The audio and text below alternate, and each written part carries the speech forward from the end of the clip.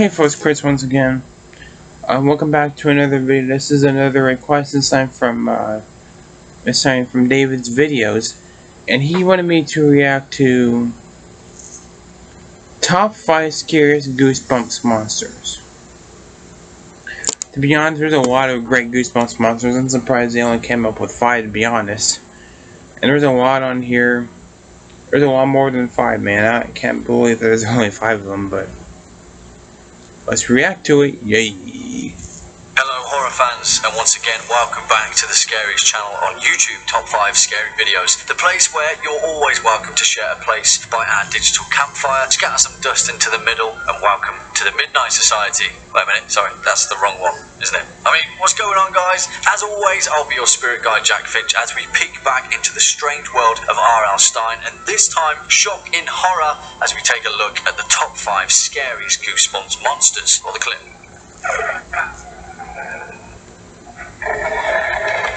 So a lot more than 5.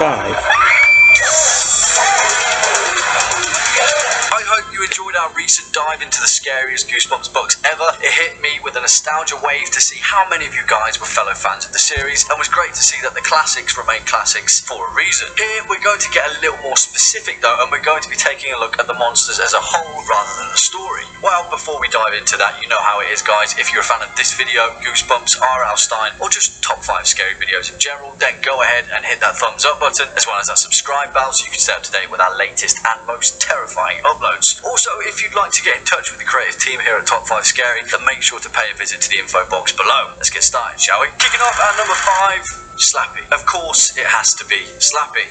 Surprised he isn't number 1 or number 2. Who else could kick off a list like this but the demonic ventriloquist dummy that made his first appearance back in 1993? No, the one from the show is way scarier than the one in the Jack Black movie. Even though that's a good movie, he's way scarier in the TV show. At the end of the classic Goosebumps tale, Night of the Living Dummy. Do you remember the words Karu, Mari, Odonna, Lomu, Molanu, Karano? Well, if you... There you go. Dude, you just... Because that's my fucking Slappy doll, man. You and I are now one. Oh, wait, that's just for Slappy. Oh god, what have I done? As the novels tell, Slappy the dummy was carved from the wood of an ancient coffin by a demonic sorcerer, and when the sorcerer eventually died, he placed his soul inside the dummy, hoping that one day someone will say the magic words written on a card kept in the wooden dummy's pocket, which, well, let's pretend I didn't just say them, right? Because there's a reason that this highly evil, sadistic wooden jerk is so feared. Let's leave him be. Swinging in at number 4, King Jelly Jam. Maybe it's just my innate disdain for authority. Yeah. It's a great book, but too bad it wasn't made into a TV episode, sadly.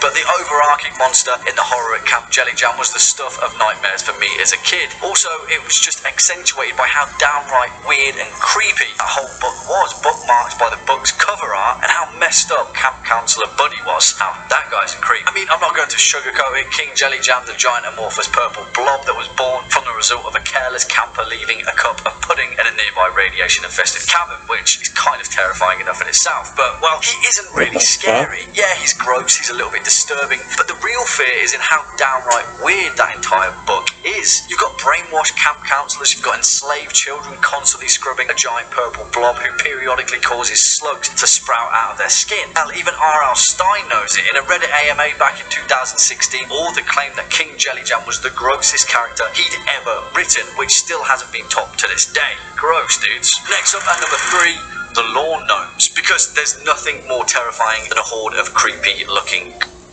Them things were creepy as fuck. Man, what them things did to that guy at the ending, creepy shit. Garden gnomes, which are otherwise completely harmless until they come to life during the cover of darkness. Seriously, I think it was a little bit overlooked how absolutely terrifying these guys are within the Goosebumps mythos. That's even without discussing the fact that they're practically immortal, malevolent, and find it quite amusing to trick a group of children to technically signing their own death warrant. In the 1995 novel Revenge of the Lawn Gnomes, the 34th novel in the original series, the Lawn Gnomes revealed to the main characters Joe and Mandy that they're mischief gnomes who were kidnapped from their native forest and sold sold into slavery. They reveal that they can't help causing trouble. It's in their nature, and if the kids help them, their quest of freeing 6 of their friends from a scary basement, they'll leave them alone forever in peace with their blessing. Well, turns out that's a complete lie, and it's not 6 of their gnomish friends, it's 600, and the lawn gnomes ambush the children in an attempt to rip them to pieces. Yeah, the kids turn out to be fine, but if that's not pure evil, I don't know what is. Coming in at number 2, gruel. And you might be thinking, what the hell is that? But you'll know exactly what I'm talking about when I say it came. I like that. I like the book. I like the episode, but that's probably one of the most cheesiest Goosebumps monsters in the history of Goosebumps, for sure. That thing, it's not scary, it's just silly looking. It has Captain Isabel in it, so I like her. She was Ginger Snaps, American Mary, what's the other movie? See No Evil. She has a pretty cool fan base, and I do love her. It's just, they started somewhere, is all I can say. Aim beneath the sink. Yes, exactly. That one. I'm not sure if it's because R.L. Stein seemed to hit on so many familiar fears that made his works so successful, but he always seemed to derive terror from the most unsuspecting places, like the space underneath the sink, because as we all know, places like that were terrifying when we were kids. Behind cupboards, in dark crawl spaces, that's the stuff where evil lingers, right? Well, there's nothing more evil than an ancient mythical creature that resembles an old kitchen sponge. As we saw in the Goosebumps TV run too, which had some awesome low-budget special effects, may I add, the gruel had wrinkly, light brown skin that would change colour depending on its mood. When it was angry, it turned purple, bordered by its terrifying red demonic eyes. Wait a minute. What made it even more terrifying? Forgot that show. Forgot Goosebumps was a Cartoon Network too, man. Bring back these shows. The shows on Cartoon Network these days suck. Is that we knew nothing about the gruel other than the fact that it couldn't be killed by force or by any violent means of any kind. The one thing that would kill it, well, you had to love it. You had to show it genuine, unrequited love, where it would shrink into a tiny ball and then explode. And well, that's just so confusing, I didn't even know what to think anymore. And finally, at number 1 spot, Keith. And damn straight, because I don't care what you say, Keith is still as terrifying as he was way back when in those formative horror fan days. As I said in our previous Goosebumps video, Keith... Ugh.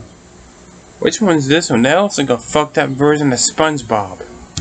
He's messed up, guys. First shown in And we already had a killer fucking sponge too. 97's I Live in Your Basement, Keith is a monster with the ability to warp reality as we know it, and also transform into anything he likes, bending existence itself at his beck and call. Let's not say this lightly. In the events of the first I Live in Your Basement, Keith's goal was to make Marco his slave. Not kill him or whatever, but trap him into a life of blob-based servitude. A threat that weighs on our protagonist Marco in a really disturbing way, actually. Keith constantly calls him up like a little weirdo, taunting Marco with threats of entrapment in his own basement. Keith's appearance was as a yellow blob made up of human organs and connected by webs of purple veins. And in his human form, he could puke up his own guts until he was inside out. Seriously, in the book, at one point... I never read this book, but my god. Goosebumps is fucked up. Oh my god. The books... Listen, they're so scary as hell as it is, but the books are way more graphic and... Oh my god, I didn't even read this one. I'm glad I didn't. I've been scarred for life. The way this guy's describing it. Holy fuck.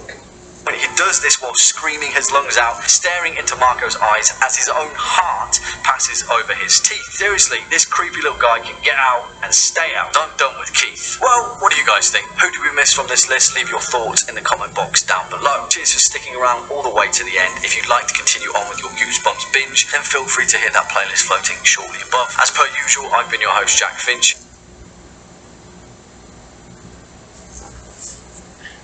Oh god. That last one sounds creepy as hell. I gotta read that. Yeah, that one looks way too fucked up to be made into an episode. Fuck the Pooh Bear shit. Make this Goosebumps crap a horror movie. This stuff is scary as it is. Fuck the Pooh Bear bullshit. Scrap that. Throw in the trash and do Goosebumps. That's send the kids coming in. Yeah, I don't know. Yeah, stop the. No, stop the prove your shit. This stuff sounds way better. If you ask me. Yeah. So with that said, thanks for watching. Take care. See you guys later. Bye bye.